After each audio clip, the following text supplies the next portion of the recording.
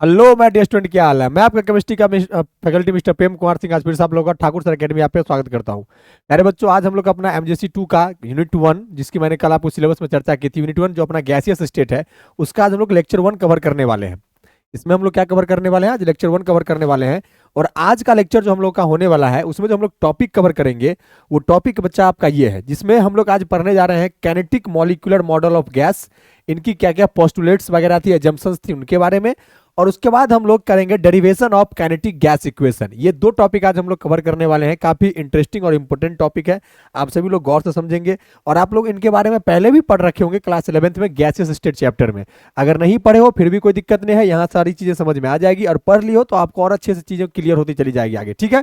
तो अब बिना विलंब के स्टार्ट करते हैं। देखो, kinetic molecular model of gas जो है, इसके बारे में जो सबसे पहले जो थ्योरी दिया गया था ना, kinetic molecular model of gas का जो सबसे पहली बार जो थ्योरी दिया गया था, वो बर्नौली के द्वारा दिया गया था 1783 में। कब? 1783 में बर्नौली के द्वारा kinetic molecular model of gas का पहला थ्योरी दिया गया था। लेकिन इस थ्योरी में जब लगा कि इसको और एक्सटेंड करने की जरूरत है, इसमें और एक्सटेंशन की जरूरत है, तो बाद में बहुत सारे और भी साइंटिस्ट आए हमारे, जैसे कि क्लॉसिस आए हमारे, मैक्सवेल आए, बोल्ट्जमैन आए एंड वैंडरवाल एंड जीन्स। ये कुछ ऐसे साइंटिस्ट थे जिन्होंने kinetic molecular model of gas के थ्योरी को क्या किया, एक्सटेंड किया। और एक्सटेंड करके इनके अंदर में कुछ मेन पोस्टुलेट बनाए गए, कुछ एजम्पशन बनाए गए, जिनके बारे में हमें यहाँ पे अभी देखना है, ठीक। तो आपको ऑब्जेक्टिव में ये सब पॉइंट बन सकता है, ध्यान पे रखिएगा कि फर्स्ट थ्योरी कौन दिया था kinetic molecular model of gas का, तो याद रखिएगा बर्नौली। कब दिया था? 1783 में। उसको एक्सटेंड किनके किनके द्वारा किया गया था? क्लॉसिस के द्वारा, मैक्सवेल के द्वारा, बोल्ट्जमैन के द्वारा, वैंडरवाल के द्वारा एंड जीन्स के द्वारा, इनके द्वारा इसे एक्सटेंड किया गया था, ठीक है भाई।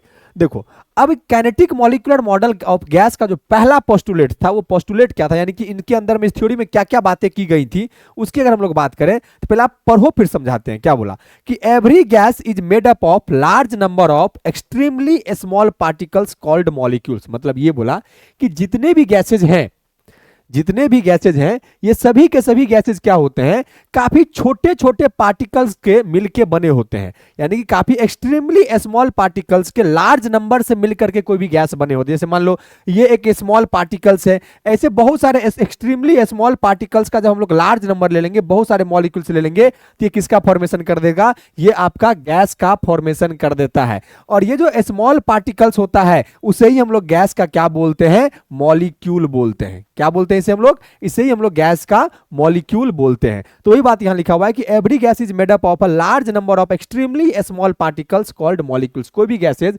एक्सट्रीमली स्मॉल पार्टिकल्स के लार्ज नंबर से मिलकर बना होता है, और उन्हीं एक्सट्रीमली स्मॉल पार्टिकल्स को हम लोग क्या बोलते हैं? मॉलिक्यूल्स बोलते हैं। आगे अब देखो, कोई भी अगर मेरे पास एक गैस है, सपोज करो मेरे पास, लेटेस्ट सपोज मेरे पास कार्बन डाइऑक्साइड गैस है, एग्जांपल के तौर पे।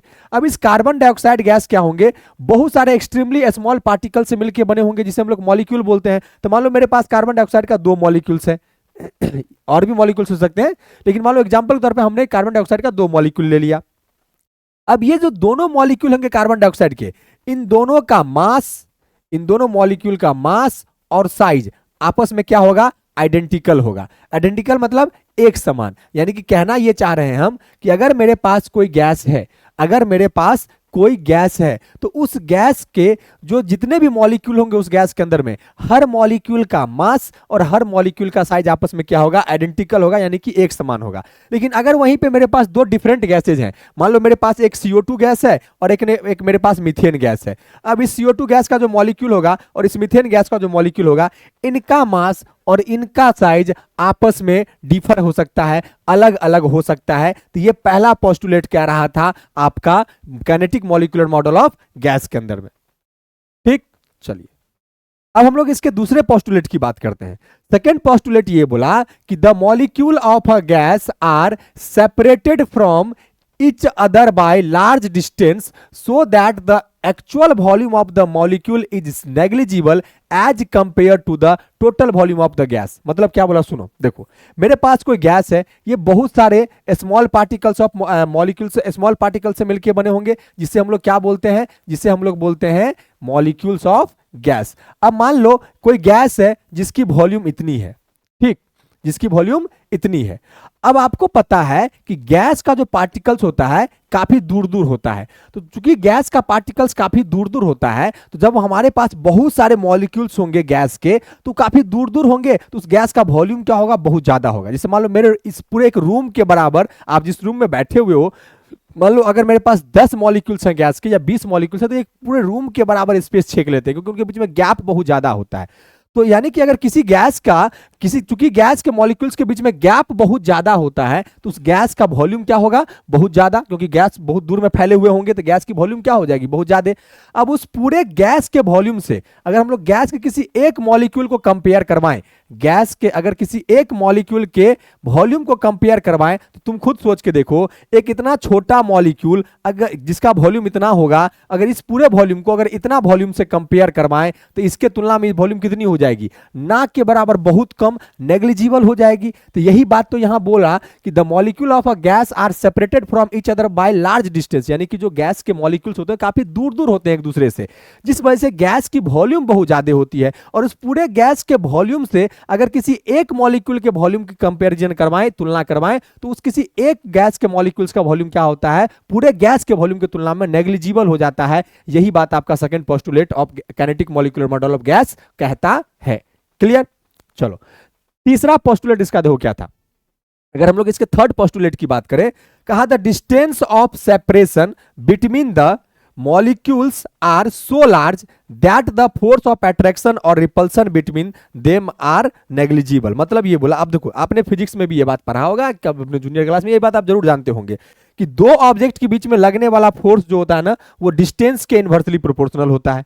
यानी कि अगर आप डिस्टेंस बढ़ाओगे तो उनके बीच में लगने वाला फोर्स क्या होगा, घटेगा। चाहे वो अट्रैक्शन फोर्स की बात करें, चाहे वो रिपल्सन फोर्स की बात करें, किसी भी फोर्स की बात करें, अगर कोई दो ऑब्जेक्ट है, अगर उनके बीच में जैसे जैसे दूरी बढ़ते जाएगा, उनके बीच में लगने वाला फोर्स ऑफ अट्रैक्शन या फोर्स ऑफ रिपल्सन क्या होगा, वो घटते चला जाएगा। तो यही बात यहां बोल रहा है कि चूंकि गैसियस मॉलिक्यूल्स एक दूसरे से काफी ज्यादा दूरी पे होते हैं, इसी वजह से उनके बीच में जो फोर्स ऑफ अट्रैक्शन होता है ना, या फोर्स ऑफ रिपल्सन होता है ना, वो नेग्लिजिबल होता है, ना के बराबर। तो क्योंकि उनके बीच में दूरी बहुत ज्यादा होता है, दो गैसियस मॉलिक्यूल्स के बीच में गैप बहुत ज्यादा होता है, दूरी बहुत ज्यादा होता है। दूरी बहुत ज्यादा होने के वजह से उनके बीच में लगने वाला फोर्स ऑफ अट्रैक्शन या रिपल्सन बहुत कम हो जाता है। इतना कम हो जाता है कि दोनों एक दूसरे पे कोई फोर्स नहीं लगा पाता है, यानी कि नेग्लिजिबल फोर्स ऑफ अट्रैक्शन या फोर्स ऑफ रिपल्सन हो जाता है किसी भी दो मॉलिक्यूल्स ऑफ गैस के बीच में, बिकॉज डिस्टेंस उनके बीच में बहुत ज्यादा होता है। तो बच्चा ये था अपना तीसरा postulates of kinetic molecular model of gas का। ठीक, चलो अब सिमिलरली देखो, अब यहां पे आपको पता है कि इस अर्थ पे हर जगह पे ग्रेविटेशनल फोर्स काम करता है, और ग्रेविटेशनल फोर्स किस पे डिपेंड करता है, मास के ऊपर में, ऑब्जेक्ट के मास के ऊपर में। मास जितना ज्यादा होगा डायरेक्टली प्रोपोर्शनल होता है ग्रेविटेशनल फोर्स किसके, मास के।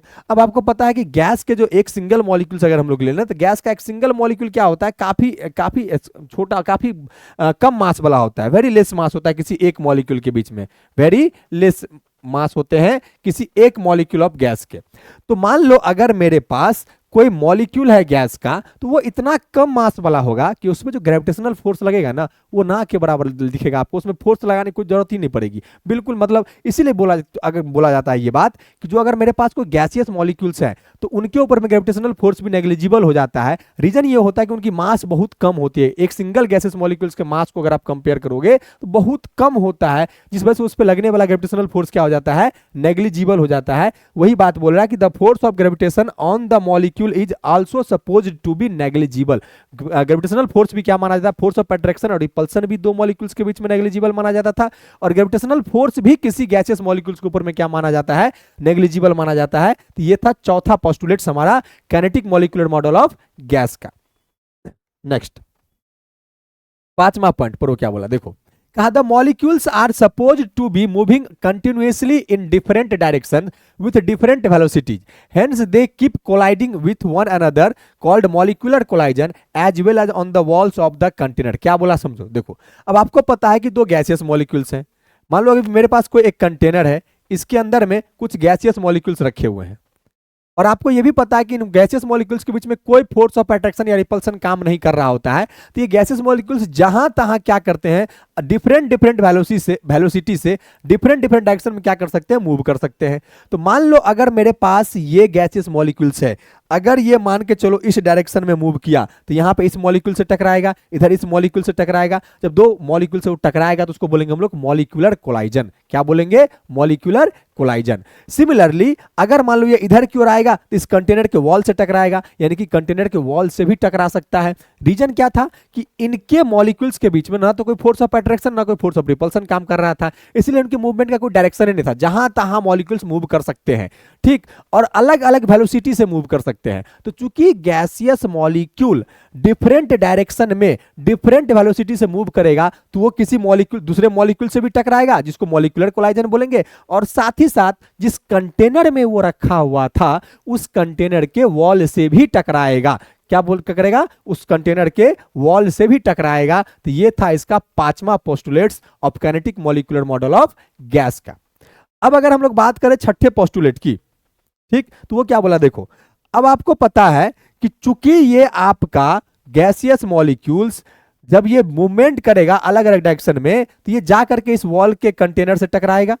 अगर ये इस वॉल के कंटेनर से टकराएगा तो जैसे मान लो ये वॉल का कंटेनर है, इस पे कोई मॉलिक्यूल आके टकराया तो टकराएगा तो प्रेशर एग्जर्ट करेगा ना इस वॉल पे। तो वही बात यहां बोल रहा है कि the pressure exerted on the walls of the containing vessels, जिस वेसल्स में गैसियस मॉलिक्यूल्स रखे होते हैं उस वेसल्स के वॉल पे गैसियस मॉलिक्यूल क्या करते हैं, प्रेशर एग्जर्ट करते हैं due to bombardment of the molecules. Bombardment मतलब होता है कि बहुत सारे मॉलिक्यूल्स एक साथ आके टकराना, ठीक। तो बहुत सारे मॉलिक्यूल्स के बम्बार्टमेंट की वजह से क्या होता है, जो कंटेनर होते हैं ना इसके वॉल पे क्या करता है, वो गैसेस मॉलिक्यूल टकराएगा तो प्रेशर लगाएगा। तो वही बात यहां बोल रहा है कि the pressure exerted on the walls of the containing vessel due to bombardment of the molecules of the gas on the containing vessel. जिस वेसल में कोई गैसेस मॉलिक्यूल रखा होता है उस वेसल्स के कंटेनर के वॉल के ऊपर में वो क्या करता है, प्रेशर एग्जर्ट करता है, क्योंकि उसके साथ जाके टकराएगा तो प्रेशर एग्जर्ट करेगा। तो ये था इसका छठा पोस्टुलेट।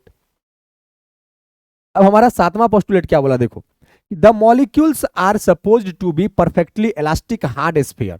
आपने फिजिक्स वगैरह में 12th में चीज पढ़ा होगा कि अगर कोई चीज इलास्टिक हार्ड स्फीयर होता है तो जब ये किसी अदर से टकराता है तो इसके बीच में कोई मोमेंटम चेंज वगैरह देखने को नहीं मिलता है, यानी कि नेग्लिजिबल हो जाता है मोमेंटम चेंज इन दोनों मॉलिक्यूल्स के बीच में।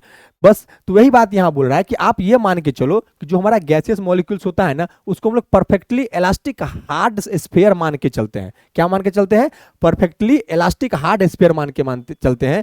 इसीलिए जब ये एक दूसरे से टकराएगा ना कोई एनर्जी का वेस्टेज यहां पे देखने को नहीं मिलेगा। जैसे मान लो ये मॉलिक्यूल आया, दोनों एक दूसरे से टकराया, तो टकराने से क्या होता है, एनर्जी वेस्टेज हो सकता है, क्योंकि टकराएगा तो क्या होगा, फोर्स के रूप में, एनर्जी के रूप में कुछ ना कुछ एनर्जी बाहर निकलेंगे, या तो हीट के रूप में या किसी अदर फॉर्म में। दो चीज के टकराने से एनर्जी बाहर निकलता है। अगर एनर्जी बाहर निकलेगा तो इनकी एनर्जी की वेस्टेज होगी कि नहीं होगी, होगी ना, बिल्कुल होगी। तो लेकिन यहां पे क्या बोला, अगर कोई चीज इलास्टिक नेचर का होता है तो जब वो किसी अदर इलास्टिक नेचर के ऑब्जेक्ट से टकराता है तो उनके बीच में टकराने के बाद कोई एनर्जी का वेस्टेज नहीं होता है। तो ये जो थ्योरी बोल रहा है ना kinetic molecular model of gas, वो यही बोल रहा है कि आप ये मान के चलो कि जो मेरे पास गैसियस मॉलिक्यूल्स हैं वो एक इलास्टिक हार्ड स्फीयर है। तो जब ये दो इलास्टिक हार्ड स्फीयर आपस में टकराएगा तो कोई एनर्जी का वेस्टेज देखने को नहीं मिलेगा, ठीक। आगे क्या बोला, देखो, when the molecules collide with one another or with the walls of the vessel, the energy may however be transferred from some molecules to the other on collision। यानी कि ये बोला कि एनर्जी वेस्टेज नहीं होगा। होगा क्या, अगर मान लो कोई दो गैसेस मॉलिक्यूल्स आके आपस में टकराया या वो गैसेस मॉलिक्यूल्स वॉल के कंटेनर से टकराया तो वो अपने अंदर के एनर्जी को किसी अदर रूप में दूसरे मॉलिक्यूल के अंदर में ट्रांसफर कर देगा या वॉल ऑफ द कंटेनर के अंदर में क्या कर देगा, ट्रांसफर कर देगा। एनर्जी वेस्ट नहीं जाएगा। कोलाइजन से एनर्जी वेस्ट होता है, लेकिन यहां पे दो गैसेस मॉलिक्यूल्स के कोलाइजन से एनर्जी वेस्टेज नहीं होता है, बल्कि ये होता है कि वो अपना एनर्जी किसी और रूप में दूसरे मॉलिक्यूल्स के अंदर में क्या कर देता है, ट्रांसफर कर देता है। वैसे भी आपने कंजर्वेशन ऑफ एनर्जी पढ़ रखा है, एनर्जी वेस्टेज तो होता नहीं है, एनर्जी का बस रूप ट्रांसफर हो जाता है। तो ये यहां पे वेस्टेज का मतलब ये है कि दो मॉलिक्यूल टकराएगा तो उन दोनों का एनर्जी किसी और रूप में बाहर चला जाएगा। बाहर नहीं जाता है बल्कि वो एक मॉलिक्यूल से दूसरे मॉलिक्यूल के अंदर चला जाता है या कंटेनर ऑफ द वॉल के अंदर चला जाता है। और यही बात यहां पे आपका बोलता है सातवां postulate of kinetic molecular model of gas. इसका जो सबसे आखिरी पोस्टुलेट था kinetic molecular model of gas का, वो समझो क्या बोला, कहा since the molecules are moving with different velocities. बोला चूंकि क्योंकि मॉलिक्यूल्स डिफरेंट वेलोसिटी से क्या कर सकता है, कोई भी गैसेस मॉलिक्यूल्स अगर अपने पास है, मान लो अपने पास कोई कंटेनर था, उसमें कोई गैस रखे हुए थे, उनके बहुत सारे गैसेस मॉलिक्यूल्स होंगे, तो जब गैसेस मॉलिक्यूल्स मूव करेगा तो सबके अंदर में अपना वेलोसिटी होगा। तो क्या सभी गैसेस मॉलिक्यूल्स का वेलोसिटी सेम होता है? ऐसा कुछ नहीं है। हर एक जो मॉलिक्यूल्स होते हैं ना गैस के, उनके डिफरेंट डिफरेंट वेलोसिटीज हो सकते हैं, अलग अलग वेलोसिटी से वो क्या करते हैं, ट्रेवल करते हैं।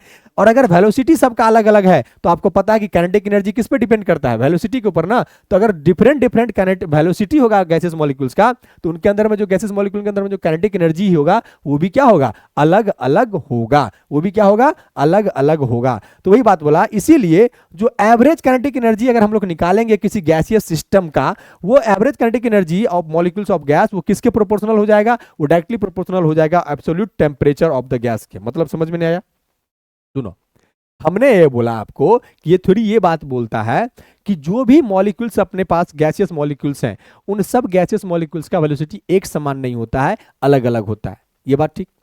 अगर वेलोसिटी हर एक मॉलिक्यूल का डिफरेंट है, और हमें पता है कि काइनेटिक एनर्जी वेलोसिटी पे डिपेंड करता है, और अगर सबका वेलोसिटी डिफरेंट है तो 100% सबका काइनेटिक एनर्जी भी क्या होगा, डिफरेंट होगा। तो अगर हमको मान लो किसी पूरे गैसियस सिस्टम का काइनेटिक एनर्जी पता लगाना है तो कैसे पता लगाएंगे? अगर सबका अलग अलग है तो आपको एवरेज काइनेटिक एनर्जी निकालना होगा। तो ये बात ये बोला आगे आगे यही बात बोला कि जो एवरेज काइनेटिक एनर्जी होता है ना किसी गैसियस सिस्टम का या गैसियस मॉलिक्यूल्स ऑफ गैस का, वो क्या होता है, उस गैसियस सिस्टम के अंदर में एब्सोल्यूट टेम्परेचर कितने हैं इसके डायरेक्टली प्रोपोर्शनल होता है। यानी कि आपने कितना टेम्परेचर, अगर ज्यादा टेम्परेचर पे कोई गैस रखा हुआ है तो उस गैसियस सिस्टम का एवरेज काइनेटिक एनर्जी ज्यादा होगा, क्योंकि टेम्परेचर बढ़ाने से गैसियस मॉलिक्यूल्स के बीच में स्पीड बढ़ता है, वेलोसिटी बढ़ता है, वेलोसिटी बढ़ेगा तो काइनेटिक एनर्जी बढ़ेगा। तो आपका जो एवरेज काइनेटिक एनर्जी होगा ना किसी भी गैसियस मॉलिक्यूल्स का, वो इस बात पे डायरेक्टली प्रोपोर्शनल हो जाएगा कि उस गैसियस सिस्टम के अंदर में आपने टेम्परेचर कितना दे रखा है, यानी कि उसका absolute temperature of the gas कितना है। किसी भी गैसियस मॉलिक्यूल्स का एवरेज काइनेटिक एनर्जी कितना होगा वो इस बात पर निर्भर करता है कि उस गैसियस मॉलिक्यूल्स का टेम्परेचर कितना है। जितना ज्यादा टेम्परेचर होगा उतना ही क्या होगा, उसका काइनेटिक एनर्जी भी होगा, एवरेज काइनेटिक एनर्जी भी होगा। तो ये 8 पोस्टुलेट्स थे जो हमारा kinetic molecular model of gas में आपको पढ़ने हैं। आपको ये पूरे 8 को 8 ध्यान पे रखने हैं, ठीक है। चलो, अगला टॉपिक जो आज का हमको कवर करना था ना बच्चा, वो था derivation of kinetic gas equation. Derivation of kinetic gas equation जो क्या होता है, पीवी बराबर 1/3 mn/v²। ये है आपका काइनेटिक गैस इक्वेशन। इसी का हमको डेरिवेशन देखना है, इसी का हमको क्या देखना है बच्चा, डेरिवेशन देखना है। तो ढंग से इसको समझने का कोशिश करना, इसको ढंग से समझने का कोशिश करना। चलो दिखाते हैं, सुनो। मान लो हमारे पास एक कंसीडर करो कि मेरे पास गैस है जो एक क्यूबिकल बॉक्स में रखा हुआ है। मान लो मेरे पास एक क्यूबिकल बॉक्स है, यहां समझना।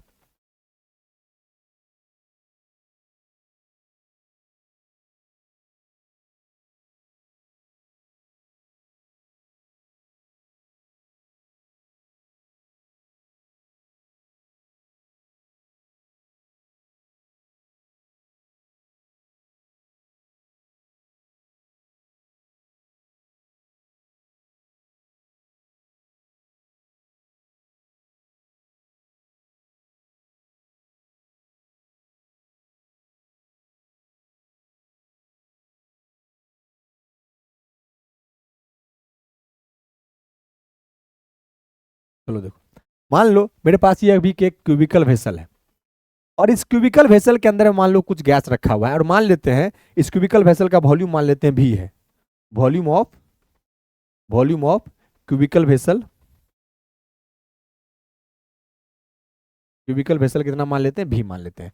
तो मेरे पास एक क्यूबिकल वेसल था जिसका वॉल्यूम भी था, और उसके अंदर में कुछ गैस रखे हुए हैं, कोई गैस रखे हुए हैं, ये कंसीडर करके चलो। और टेम्परेचर इसका क्या रखना बच्चा, फिक्स्ड रखना है। वो जो क्यूबिकल वेसल जहां पे हम लोग गैस रखे थे ना, उस क्यूबिकल वेसल का टेम्परेचर हमें फिक्स रखना, टेम्परेचर चेंज नहीं करना है। अब सुनो, अब यहां पे सपोज करो, देखो ये वाला आपका एक्स एक्सिस हुआ, इसको मान लेते हैं हम लोग क्या, एक्स एक्सिस। ये आपका होगा जेड एक्सिस, और ये होगा आपका वाई एक्सिस। ये क्या होगा आपका, वाई एक्सिस। ठीक, सोचो कि यहां पे जो गैसियस मॉलिक्यूल्स रखे हैं क्यूबिकल वेसल के अंदर में, मान लेते मेरे पास ये एक गैसियस मॉलिक्यूल्स है, अभी मेरे पास ये एक गैसियस मॉलिक्यूल्स है। अब इस गैसियस मॉलिक्यूल का अगर हम लोग वेलोसिटी की बात करें तो इसका वेलोसिटी एक्स एक्सिस के अलोंग भी हो सकता है, वाई एक्सिस के अलोंग भी हो सकता है और जेड एक्सिस के अलोंग भी हो सकता है, हाँ कि ना?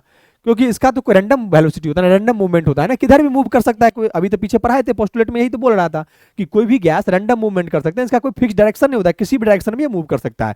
तो ये एक्स एक्सिस के अलोंग भी मूव कर सकता है, वाई एक्सिस के अलोंग भी मूव कर सकता है और भी एक्सिस के अलोंग भी मूव कर सकता है। मूव करेगा तो कुछ ना कुछ वेलोसिटी होगा इसके पास। तो अगर ये एक्स एक्सिस के अलोंग मूव किया तो मान लेते इसका भी एक्स वेलोसिटी है, वाई एक्सिस के अलोंग मूव किया तो मान लेंगे इसका भी वाई वेलोसिटी है, और अगर जेड एक्सिस के अलोंग मूव किया तो इसका मान लेंगे भी जेड वेलोसिटी है। बोलो यहां तक समझे? यहां तक कोई दिक्कत? अच्छा, अब सोचो कि अगर ये मॉलिक्यूल आपका, ये गैसेस मॉलिक्यूल आपका यहां समझाते हैं कि अगर ये गैसेस मॉलिक्यूल्स, मान लो मेरा ये गैसेस मॉलिक्यूल्स था, अगर ये भी एक्सिस के अलोंग मूव कर रहा है तो ये भी एक्स वेलोसिटी से मूव कर रहा होगा। अब ये मूव किया और मान लो ये एक्स एक्सिस से टकराया, इस वॉल से मान लो टकराया, अब इधर की ओर मूव करेगा तो इस वॉल से टकराएगा ना, टकराएगा तो ये वापस लौटेगा, तो वापस किस वेलोसिटी से लौटेगा? वेलोसिटी उसका उतना ही होगा, बस इसका डिफरेंट साइन चेंज हो जाएगा क्योंकि अपोजिट डायरेक्शन में मूव करने लगा ना। तो जब भी कभी कोई गैसेस मॉलिक्यूल्स हम लोगों का, आप वाई भी ले सकते हो, जेड भी ले सकते हो। मैंने आपको बोला कि मान लो हमने ये माना कि अभी मेरे पास ये गैसेस मॉलिक्यूल्स था, ये गैसेस मॉलिक्यूल्स जो किसी भी डायरेक्शन में मूव कर सकता है और किसी भी वेलोसिटी से मूव कर सकता है, डिफरेंट वेलोसिटी होते हैं, डिफरेंट डायरेक्शन होते हैं। अब यही पढ़ाए थे पोस्टुलेट में। तो मान लो अपने पास एक गैसेस मॉलिक्यूल्स को हम यहाँ पे रखे, ये एक गैसेस मॉलिक्यूल्स अगर एक्स एक्सिस के लॉन्ग मूव करता तो इसका, इसमें कुछ जो वेलोसिटी होता है उसको बोलते हैं भी एक्स वेलोसिटी, वाई एक्सिस के लॉन्ग जाता तो बोलते हैं भी वाई वेलोसिटी, और अगर जेड एक्सिस के लॉन्ग जाएगा तो बोलेंगे भी जेड वेलोसिटी। यहां तक क्लियर? अच्छा, अगर मान लो भी एक्स वेलोसिटी से मूव कर रहा है तो अगर मान लो ये मूव किया और इस कंटेनर इस वॉल से टकराया, वॉल होंगे ना, तो ये क्या होगा? वापस लौटेगा। वापस लौटेगा तो किस वेलोसिटी से? जिस वेलोसिटी से टकराया था उसी का साइन अपोजिट कर देंगे तो माइनस बी एक्स वेलोसिटी से वापस लौटेगा। यहां तक समझे? अच्छा, एक बात और, जो दो कंटेनर अपने पास हैं, जो कंटेनर अपने पास है, जो भेसल अपने पास है, उन भेसल में जो दो वॉल के बीच का डिस्टेंस होगा ना, जो दो वॉल के बीच का डिस्टेंस होगा, इस डिस्टेंस को हम लोग क्या मानेंगे? एल मानेंगे। क्या मानेंगे? एल मानेंगे। मान लो ये अपना वॉल ए है और ये अपना वॉल बी है, ठीक? कोई भी दो वॉल ले लो। ये टोटल कहानी है। क्या कहानी था? वापस समझो। मेरे पास एक क्यूबिकल कंटेनर था, क्यूबिकल वेसल था, इसके अंदर में गैसियस मॉलिक्यूल्स रखे हुए हैं। हमने अभी जस्ट पीछे पोस्टुलेट में ये पढ़ के आया कि गैसियस मॉलिक्यूल्स का डिफरेंट डिफरेंट वेलोसिटी होगा, डिफरेंट डिफरेंट डायरेक्शन होगा। तो मान लो मेरे पास एक गैसियस मॉलिक्यूल्स को, एक गैसियस मॉलिक्यूल को पकड़े, ये गैसियस मॉलिक्यूल्स है। अब ये अलग अलग डायरेक्शन में मूव कर सकता है, ये एक्स डायरेक्शन, एक्स एक्सिस के लॉन्ग भी मूव कर सकता है, वाई एक्सिस के लॉन्ग भी मूव कर सकता है और जेड एक्सिस के लॉन्ग भी मूव कर सकता है। अगर ये एक्स एक्सिस के लॉन्ग मूव करेगा तो जिस वेलोसिटी से मूव करेगा उसको भी एक्स वेलोसिटी बोल देंगे, वाई एक्सिस के लॉन्ग मूव करेगा तो जिस वेलोसिटी से मूव करेगा उसे भी वाई वेलोसिटी बोल देंगे, और अगर जेड एक्सिस के लॉन्ग मूव किया तो जिस वेलोसिटी से मूव करेगा उसे हम लोग भी जेड वेलोसिटी बोल देंगे। अगर मूव करते करते वॉल से टकराया तो जिस वेलोसिटी से टकराएगा वापस वो उसी वेलोसिटी से लौटेगा, बस साइन चेंज कर देना। अगर मान लो भी एक्स वेलोसिटी से टकराया तो माइनस बी एक्स वेलोसिटी हो जाएगा। ये इतना चीज समझ में आ गया। अब आगे हमने क्या बोला कि जो हमारा क्यूबिकल कंटेनर होगा उनके जो दोनों वॉल होंगे, उन दोनों वॉल के बीच के डिस्टेंस को हम लोग एल से दिखाते हैं, और यहां पे मान लो मेरा ये एक ए वॉल था, ये बी वॉल था, कंटेनर में आकर, कंटेनर में गैसेस मॉलिक्यूल इस वॉल से इस वॉल की ओर टकरा रहा है, आ रहा है, जा रहा है, आ रहा है, जा रहा है, तो इनका मतलब दूरी कितना तय कर रहा होगा? यही एल मीटर का वो दूरी तय कर रहा होगा। इतना सेटअप आप समझ में आ गया। तो हमने क्या बोला आपको कि मान के चलो मेरे पास एक क्यूबिकल बॉक्स था जिसका वॉल्यूम भी था, और इस क्यूबिकल बॉक्स का वॉल्यूम हमने कितना माना है? भी माना है, और इसके अंदर में कुछ फिक्स टेम्परेचर पे गैस भरे हुए हैं। अब आगे सुनो, देखो, तो यहां पे हमने लिख दिया, मान लो length of each side of the box L centimetre, length कितना मान लिए? L centimetre. और इसमें हमने आपको एक मॉलिक्यूल्स के बारे में बताया ना, ये कंडीशन तो हमने आपको एक मॉलिक्यूल्स के बारे में बताया, लेकिन यहाँ पे केवल एक ही मॉलिक्यूल्स नहीं होंगे, बहुत सारे मॉलिक्यूल्स हो सकते हैं। तो मान लेते हैं इसमें जो total number of gases molecules हैं इस वेसल में रखे हुए कितने हैं? एन है। कितने मान लेते हैं? एन मान लेते हैं। और आप ये भी मान के चलो कि जो प्रत्येक मॉलिक्यूल है अपना गैस का, उसका मास हमने कितना मान लिया? उसका मास हमने मान लिया एम। कितना मास मान लिया बच्चा? एम मान लिया। क्या मान लिया? एम मान लिया। अच्छा, और वेलोसिटी ऑफ ईच मॉलिक्यूल्स कितना हो जाएगा? भी हो जाएगा। प्रत्येक मॉलिक्यूल का वेलोसिटी क्या मान लेते हैं? भी मान लेते हैं। और आपको पता है कि ये वेलोसिटी जो हैगा ना, ये वेलोसिटी आपका वी एक्स, वो मॉलिक्यूल आपका वी एक्स डायरेक्शन में भी वेलोसिटी कर सकता है, वी वाई डायरेक्शन में भी और वी जेड डायरेक्शन में भी। तो एक्चुअल में उस मॉलिक्यूल्स का वेलोसिटी निकालेंगे तो कौन सा रूल यहाँ पे लगाएंगे? यहाँ पे वेक्टर रूल लगाएंगे, जो कि आपको यहाँ पढ़ाऊंगा नहीं, बस आपको ये याद रख लेना है कि जो उस सिंगल मॉलिक्यूल का जो वेलोसिटी का स्क्वायर होगा ना, वो वी एक्स वेलोसिटी का square plus v y velocity का square plus v z velocity के स्क्वायर के बराबर होगा। ये बात आपको ध्यान पे रखना है। अगर कोई एक सिंगल मॉलिक्यूल है, वो तीनों डायरेक्शन के अलोंग क्या कर सकता है? वेलोसिटी कर सकता है। तो उसका जो एक्चुअल वेलोसिटी होगा, एब्सोल्यूट वेलोसिटी होगा उस सिंगल मॉलिक्यूल का, वो वी एक्स वेलोसिटी के स्क्वायर, वी वाई वेलोसिटी का स्क्वायर और वी जेड वेलोसिटी के स्क्वायर के सम के बराबर होगा। ये बात को आपको ध्यान पे रखना है। अब सुनो, चलो हम लोग एक मॉलिक्यूल का बात करते हैं। Consider one molecule moving with velocity we x.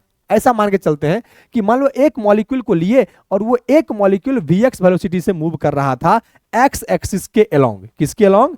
X axis के अलोंग। और मान के जैसे यहां पे मान लो ये बी एक्स वेलोसिटी से मूव कर रहा था एक्स एक्सिस के अलोंग, ये single molecule V X velocity से मूव कर रहा है एक्स एक्सिस के अलोंग, और ये आके टकराया वॉल ए से। किससे टकराया? मान लो वॉल ए से। वही बात यहां बोला कि कैसा कंसीडर करो, कहां गया?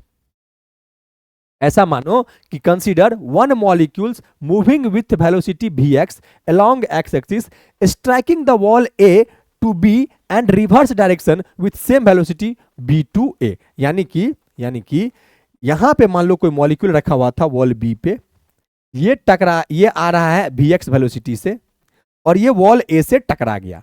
तो अभी इसका वेलोसिटी कितना था? V X. अब टकराएगा तो वापस जाएगा उसी रिवर्स मुड़ जाएगा, मुड़ेगा तो किस वेलोसिटी से? अब ये बोले है ना, बस साइन चेंज कर देना, माइनस वी एक्स वेलोसिटी से। तो वही बात यहां पे लिखा हुआ है कि ऐसा कंसीडर करो, मान के चलो ये चीज आपको मानना था।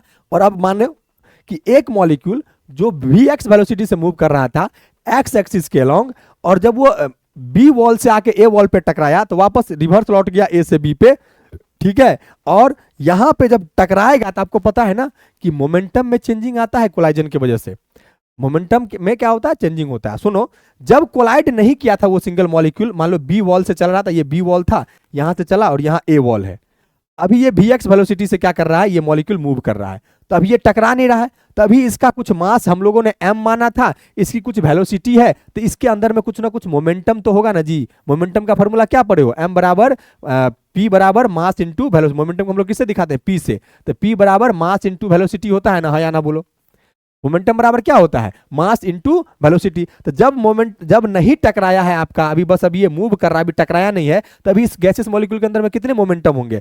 तो एम वी एक्स, क्योंकि मास गैसेस मॉलिक्यूल कितना था? बोले थे एम मानना है, और चूंकि एक्स एक्सिस के अलोंग मूव कर रहा है तो उसकी वेलोसिटी कितनी माने थे हम लोग? V X. तो अभी इसका वेलोसिटी कितना होगा? वी एक्स, मास कितना था? एम, तो एम वी एक्स इसका मोमेंटम हो जाएगा बिफोर कोलाइजन। लेकिन अगर ये टकरा गया तो हमने अभी आपको पोस्टुलेट में पढ़ाया था, क्योंकि इसको हम लोग इलास्टिक हार्ड स्फीयर मानते हैं, तो टकराने पे इसका मोमेंटम वगैरह में चेंजिंग नहीं के बराबर आता है। तो मोमेंटम में चेंज तो नहीं आएगा, बस उसकी डायरेक्शन बदल जाएगी। तो जो पहले इसका मोमेंटम एम वी एक्स था, अब वो माइनस एम वी एक्स हो जाएगा आफ्टर कोलाइजन। तो वही बात बोला, the momentum after collision minus M V X. हमने एक सिंगल मॉलिक्यूल को उठाया था, उस सिंगल गैसेस मॉलिक्यूल्स का एक वेलोसिटी वी एक्स कंसीडर किया था, और उस पे हम लोगों ने जब इसका मोमेंटम चेंज देखा, को टकराने से पहले इसका मोमेंटम एम वी एक्स था, टकराने के बाद इसका momentum minus M V X हो गया। अगर मैं इसमें चेंज इन मोमेंटम की बात करूं तो अगर इसके चेंज इन मोमेंटम की बात करूं तो कितना होगा बताओ? एम वी एक्स था पहले, बाद में आ गया माइनस एम वी एक्स, तो मोमेंटम में चेंज कितना आएगा? माइनस माइनस प्लस हो जाएगा, तो बराबर हो जाएगा 2 एम वी एक्स। तो चेंज इन मोमेंटम कितना आ गया इसमें? 2 एम वी एक्स आ गया। कितना आ गया change in momentum? 2 M V X इसमें चेंज इन मोमेंटम आ गया। अब देखो ये जो गैसेस मॉलिक्यूल्स है, ऐसा तो नहीं है कि एक बार बी से चला, ए पे आके टकरा गया, टकरा के वापस लौट गया, बस रुक गया, ऐसा तो नहीं है। ये बार बार आएगा जाएगा, बार बार आएगा टकराएगा, बी से ए आएगा, फिर ए से बी जाएगा, फिर बी से आएगा, फिर ए से बी आएगा, यानी कि बहुत सारा कोलाइजन यहां पॉसिबल है। तो मान लेते हैं कि एक सेकेंड में या पर सेकेंड एक मॉलिक्यूल के द्वारा, अगर मैं हमको यह पता लगाना हो कि पर सेकेंड एक मॉलिक्यूल के द्वारा टोटल कितने कोलाइजन किए जा रहे हैं, अगर हमें यह पता लगाना हो कि पर सेकेंड में एक मॉलिक्यूल के द्वारा कितने कोलाइजन हुए। तो भाई तुमको पता है कि वेलोसिटी हमने एक मॉलिक्यूल का भी vx माना था, और इन दोनों दोनों जिस ये मान लो यहां से आके टकराया, फिर गया, फिर आया, फिर गया, फिर आया, फिर गया, तो टोटल कितना दूरी तय कर रहा है एक बार में। वो बोले थे ना कि दो बॉल के बीच का दूरी कितना मान के चलना है, लेंथ l मान के चलना है। तो वेलोसिटी जितना है उसमें दूरी से डिवाइड कर दो, तो एक सेकंड में कितना कोलाइजन कर रहा है एक मॉलिक्यूल, ये पता चल जाएगा। और यहां पे 12 कर देना, क्योंकि एक बार आएगा एक बार जाएगा। तो एक सेकंड में कितना वो मोमेंट वेलोसिटी, मतलब एक सेकंड में कितना कोलाइजन किया, वो पता चल जाएगा vx/12 करके। क्या करके? vx/12 करके। अब सुनो बात को गौर से, एक सेकंड में कोई मॉलिक्यूल इतना कोलाइजन किया, एक कोलाइजन के द्वारा चेंज इन मोमेंटम कितना था 2mvx। तो एक सेकंड में टोटल कितने चेंजिंग आएगा मोमेंटम में, क्योंकि एक सेकंड में कोलाइजन इतना हो रहा है और एक सेकंड में चेंज इन मोमेंटम कितने हैं 2mvx हैं। तो इसका मतलब एक मॉलिक्यूल के द्वारा, अब मैं अगर बताऊं, एक मॉलिक्यूल के द्वारा एक कोलाइजन में चेंज इन मोमेंटम कितने हैं 2mvx, और एक मॉलिक्यूल के द्वारा एक सेकंड में टोटल कोलाइजन कितने हैं vx/12 vx/12। तो अगर हमको यह पता लगाना हो कि the total change of momentum per second on wall A caused by one molecule, एक मॉलिक्यूल के द्वारा वॉल पे पर सेकेंड में कितना मोमेंटम चेंज हुआ, अगर ये पता लगाना हो तो हमें पता है कि एक कोलाइजन में 2mvx मोमेंटम चेंज हो रहा था, और एक सेकंड में टोटल कोलाइजन कितना था vx/12। गुना कर दीजिएगा, ये दो और ये दो कट जाएगा, तो क्या बचेगा बताओ, mvx² बाय क्या l बचेगा, mvx² बाय l बचेगा। तो ये किसी एक गैसियस मॉलिक्यूल के एक डायरेक्शन में, एक्स एक्सिस के लॉन्ग हम लोग बात कर रहे हैं अभी, एक्स एक्सिस के लॉन्ग एक सेकंड में एक मॉलिक्यूल के द्वारा वॉल पे टोटल कितने मोमेंटम में चेंज देखने को मिलेगा, वो निकल के आया mvx² bye l।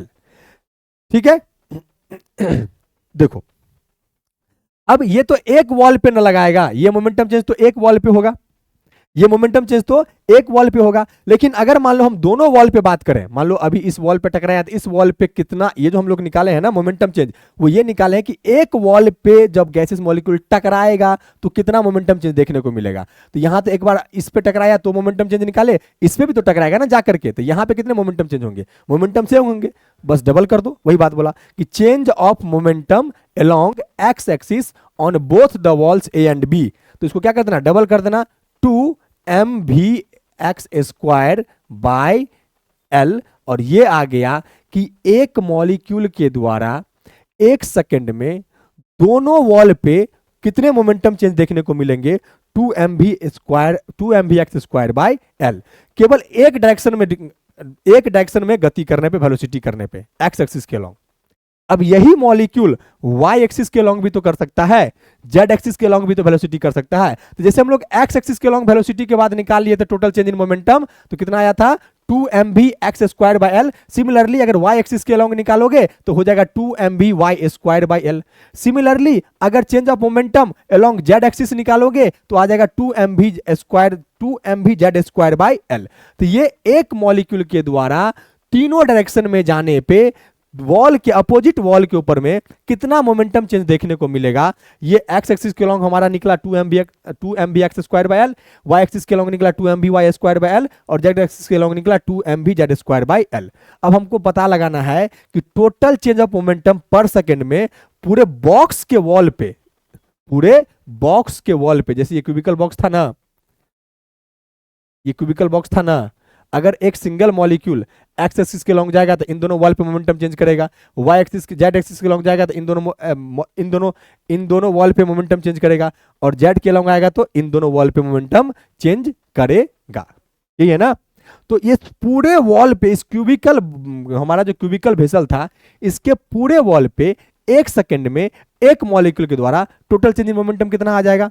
X axis के लॉन्ग कितना आ रहा था 2mvx² by l, y axis के लॉन्ग कितना आ रहा था 2mvy² बाय l, और z एक्सिस के लॉन्ग कितना आ रहा था 2mvz² बाय l। इन तीनों को जोड़ देंगे, अगर इन तीनों को जोड़ देंगे तो एक मॉलिक्यूल के द्वारा एक सेकंड में पूरे वॉल पे कितने, पूरे क्यूबिकल वेसल में कितना मोमेंटम चेंज आया वो निकल के आ जाएगा। अगर इसको आप सॉल्व करोगे तो 2m बाय l सब में से कॉमन आ जाएगा, 2m/l कॉमन आ जाएगा, तो यहां बचेगा vx² plus vy² plus vz²। और याद करो पीछे अभी बताए हैं कि एक मॉलिक्यूल का जो टोटल वेलोसिटी होता है v² किसके बराबर होता है, किसके बराबर होता है v², vx² plus vy² plus pz² के बराबर। तो यहां पे हम लोग चाहें तो क्या हम लोग ये लिख सकते हैं कि 2mv²/l लिख सकते हैं, इसके जगह पे हम लोग v² लिख सकते हैं, तो वही लाके यहां पुट कर दिए। तो एक मॉलिक्यूल के द्वारा 1 सेकेंड में पूरे वॉल पे कितना मोमेंटम चेंज देखने को मिलेगा, वो देखने को मिलेगा 2mv²/l, और निकल के आ गया। अच्छा अब देखो, लेकिन मेरे पास तो वहां पे एक ही मॉलिक्यूल नहीं थे, उस कंटेनर में n नंबर ऑफ मॉलिक्यूल्स थे। तो मान लेते हैं कि total change in momentum per second for all the molecules, एक मॉलिक्यूल्स के लिए कितना आया 2mv²/l। तो n नंबर ऑफ मॉलिक्यूल्स थे ना, तो सभी मॉलिक्यूल कितना चेंजिंग करेंगे, n से गुना कर दीजिए, तो कितना आ जाएगा 2mv²/l एक मॉलिक्यूल का था, गुने n कर दो, तो टोटल मॉलिक्यूल के द्वारा 1 सेकेंड में पूरे बॉक्स के ऊपर में कितना मोमेंटम चेंज करेगा ये पता चल जाएगा। ये निकल के आएगा 2mn/v²/l। तो ये पूरा गैसियस मॉलिक्यूल्स कितना मोमेंटम चेंज करेगा प्रत्येक वॉल के ऊपर में 1 सेकेंड में, ये पता चल गया हमको। लेकिन पता लगाना है प्रेशर ना, कितना प्रेशर एग्जर्ट करेगा सभी वॉल पे। सुनो, अब हमने न्यूटन्स का एक लॉ लगाया, according to Newton second law of motion, याद आया, force directly proportional to change in momentum, पढ़े हो ना 9th में। Newton second law of motion क्या कहता है कि जो फोर्स होता है वो चेंज इन मोमेंटम के बराबर होता है, यही पढ़े थे ना हम लोग। तो यानी कि हम न्यूटन, अगर हम लोग यहाँ पे न्यूटन सेकंड लॉ लगा दें तो क्या होगा, total change in momentum per second is equal to the force, कि पर सेकंड में जितना मोमेंटम में चेंज आता है वो फोर्स के बराबर होता है, यही बात तो कहता था Newton second law of motion. तो अगर यहाँ पे हम लोग ये जो हम लोग मोमेंटम चेंज निकाले हैं सभी गैसेस मॉलिक्यूल्स का on the container, wall of the container, वो क्या निकल के आया 2mn/v²/l, 1 सेकंड का मोमेंटम चेंज निकल के आया ना। तो क्या ये सेकंड लॉ ऑफ न्यूटन के हिसाब से फोर्स के बराबर नहीं हो जाएगा, बिल्कुल हो जाएगा फोर्स के बराबर। तो इसको कर दिए हम लोग फोर्स के बराबर, तो फोर्स बराबर निकल के आ गया 2mn/v²/l। हमको तो प्रेशर पता लगाना है ना, तो प्रेशर का फॉर्मूला क्या पढ़े हैं हम लोग, बताइए। प्रेशर का फॉर्मूला हम लोग क्या पढ़े हैं, प्रेशर बराबर फोर्स बाय एरिया पढ़े हैं, प्रेशर बराबर फोर्स बाय एरिया पढ़े हैं, बिल्कुल। फोर्स कितना निकल के आया 2mn/v²/l निकल के आया। एरिया भाई क्यूबिकल बॉक्स है ना, क्यूबिकल बॉक्स का एरिया कितना होता है 6l², तो यहां कर दिए 6l²। इसको सॉल्व किए तो 2mn/v²/l इंटू 6l² आ जाएगा। ये 2 से ये 6 कट जाएगा, तो कितना आ गया 1/3 mn/v²/l³, यही आ गया। प्रेशर बराबर क्या आ गया, प्रेशर बराबर आ गया ये। अब एक बात बताओ, ये क्या है l³ है, l क्या था बताओ, l क्या था। इस क्यूबिकल ब्लॉक के हम लोग साइड का लेंथ को l माने थे, और हमको पता है कि क्यूब के अगर साइड का हम लोग अगर किसी क्यूब में अगर हम लोग साइड का क्यूब कर देते हैं तो उस पूरे क्यूब का वॉल्यूम निकल के आ जाता है। तो यहाँ भी तो वही कर रहे हैं ना, यहाँ भी तो हम वही कर रहे हैं, यहाँ भी तो वही कर रहे हैं कि साइड का क्यूब कर रहे हैं ना, तो ये वॉल्यूम के बराबर आ जाएगा। तो यहाँ से प्रेशर बराबर क्या लिख सकते हैं 1/3 mn/v², इसको भी लिख सकते हैं। अच्छा इस भी को इधर कर दो तो क्या आ जाएगा pv बराबर 1/3 mn/v², और यही तो हमको डिराइव करना था, इसी को तो हम लोग कहते हैं काइनेटिक गैस इक्वेशन, pv बराबर 1/3 mn/v²। तो यही डिराइव करना था और यही अपना डिराइव हो गया। तो ये था आपका तो पहला लेक्चर जिसमें हम लोगों ने kinetic molecular model of gas और काइनेटिक हम लोग क्या कहते हैं गैस इक्वेशन को डिराइव किए। पढ़ो, समझ में आएगा। दोबारा लेक्चर एक बार में समझ में आया तो दोबारा देखना। फिर मिलेंगे अपने अगले लेक्चर में। तब तक के लिए thank you so much, take care, all of you all, bye bye.